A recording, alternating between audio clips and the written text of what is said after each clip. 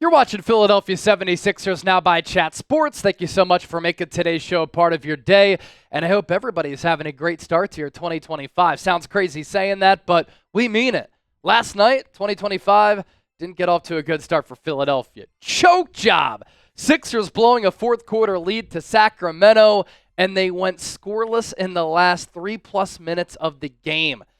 Sixers may have not started off 2025 strong, but we can here on this show. Be sure to hit that subscribe button. As you can see, a little more than 300 people away from 21,000 subs. So lock us down. Hit that sub button for the best Sixers coverage right here on YouTube. That was a brutal loss last night for the Sixers, and I know Joel Embiid did not play, but you spoiled a great Paul George game as he dropped the 30-piece, and Tyrese Maxey, after he started that game slow, finished it really strong, but the Sixers couldn't finish the game strong. The Kings ended the Sixers' 4-game winning streak in a game that Philadelphia had right in their hands. And given how they started the year, they can't afford to have a lot of losses like this when they should have been wins. The Sixers led 107-98 with 3:34 to go. The Kings then went on a 15-0 run to end the game. And the biggest issue, really, turnovers. The Sixers committed 9 giveaways in the fourth, including 5 in the last 3:30.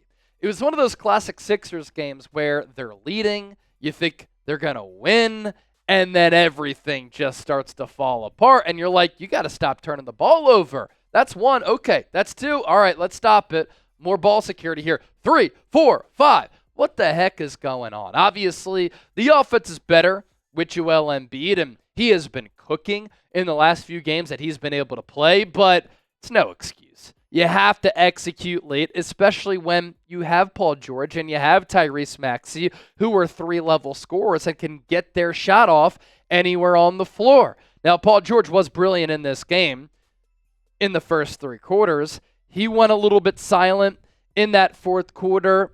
That is when Tyrese Maxey started to play very well. But in the first 3 quarters, 28 minutes, he had 30 points, 6 boards, 5 assists, 2 turnovers. He was 11 of 19 from the floor, 4 of 7 from 3. In 7 fourth quarter minutes, PG, how do you drop 30 points but you take 1 shot? Come on now.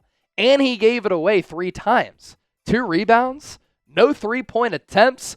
Chip, they're paying Paul George, especially in games without Joel Embiid, which is part of the reason they signed Paul George, because they knew Embiid would miss some time, to be that star player.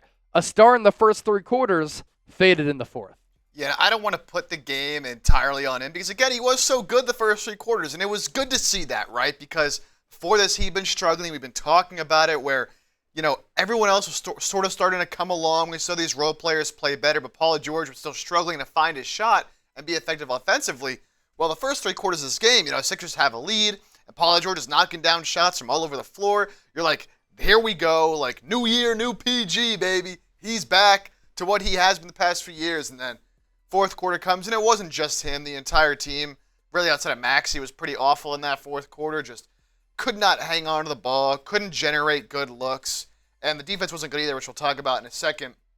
But, as Chase said, like, I think what you said is perfect. A classic yeah. Sixers game. I feel like it happens at least like once a week, right? No doubt. Where they're winning, the vibes are good, they're going to win this game, and then it gets dicey, and then you're like, oh, even when they're still winning, there's no chance. Yeah. This game is over. So, look, a game that they frankly needed to win. At this point, you need every win you can get, especially against teams like the Kings, who have been really struggling. Just fired their head coach, which was an absolute disaster. Mike Brown did not deserve to get fired by the Sacramento Kings. And now you're on a back-to-back tonight against the Warriors, who might not have Steph Curry. We'll see. But, again, as you're trying to battle to get back in that playoff on the East, when you have games in your hands, almost a 10-point lead with 3 minutes to go, you simply cannot blow a game like that. Nick Nurse, that is on you as well. Yeah, still to come here on the show. Great points made by Chip right there. Another alarming issue arises, plus we have injury updates on Joel Embiid, Kelly Oubre, and KJ Martin. Before we do that, our sponsor for today's show, our friends at Game Time, the best app in the ticketing marketplace and the only app that I use when it comes down to buying tickets. And when you download the Game Time app and you create an account, be sure to use the code CHATSPORTS, CHATSPORTS, for $20 off. Terms apply. First purchase only. You can see the view from your seat before you buy, so you know exactly what to expect when you arrive. Game Time has a new feature called Game Time Picks that makes getting tickets for events even easier. Game Time Picks filters out the fluff to show you only incredible deals on great seats so that you don't have to waste time searching through thousands of tickets to find the best value. And I just love everything that Game Time is about. Curated deals make it easier to find the best price on great seats. The super deal is the best value for that event. Seat views before you buy, on-time ticket delivery, lowest price guaranteed, event cancellation protection, job loss protection, etc. Be sure to toggle the all-in pricing tool, therefore, when you do that. No surprise fees at checkout. So, again, take the guesswork out of buying tickets with Game Time. Download the Game Time app, create an account, use the code CHATSPORTS, CHATSPORTS, for $20 off. Last-minute tickets, lowest price guaranteed. What time is it? Game time. So, in that game against Sacramento, Kings guards, they were really cooking late. De'Aaron Fox, Malik Monk carrying Sacramento in that fourth quarter.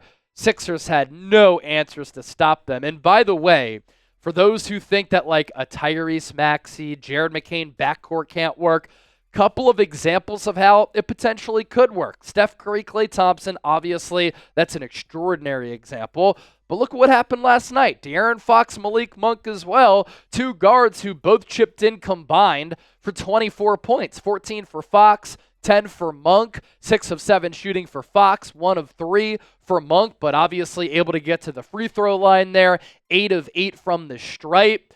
Sixers didn't give up a three-point field goal to them, but Fox was plus 17, Monk was plus 10. And so that concern chip, stopping elite guards. And last year, Jalen Brunson in that playoff series cooked Philadelphia. Had nobody to guard him really on a consistent basis. And it's a weakness to keep in mind closer to the trade deadline.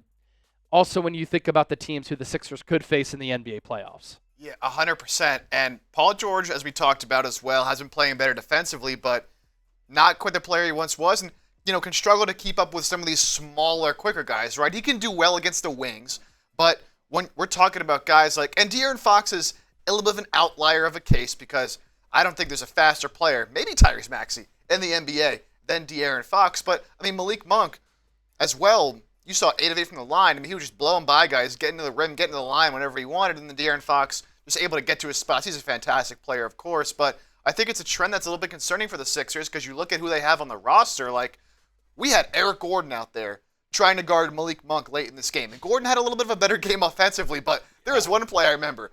Monk goes baseline, kind of fakes a baseline fadeaway shot. Eric Gordon goes flying in the air right past him. Monk goes right to the rim, right? It's like they don't really have the personnel to guard some of these shifty, good scoring, smaller guards. Maxey can do a good job, and he's better than he has been defensively, and I think better than he gets credit for, but you don't have a stopper there, right? So can you really get a stopper at the deadline? Maybe not, but even a player like, for example, Keon Ellis and the Kings, who we saw last night was pretty good, like that's a guy that I think would be able to make an impact guarding some of these other guards. Because again, you do have, like a Jalen Brunson, a Darius Garland, a Donovan Mitchell, a Trae Young. These other guys, these guards, you're going to have to be able to stop in the Eastern Conference. And right now, I don't think the Sixers have an answer to that problem. And something to keep in mind as they try to reformulate this roster as we get closer to the deadline. Yeah, great points. And that's why we've talked about some of those defensive-oriented guards who can really help the Sixers team on that end of the floor. Now, let's get to some injury news before this back-to-back against the Golden State Warriors.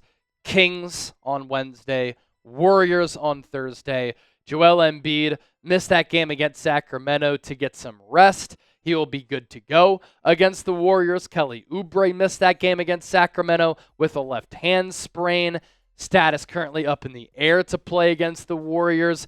KJ Martin had that stress reaction in his left foot. He is still dealing with that. Expected to be reevaluated next week. he was also starting to play well too.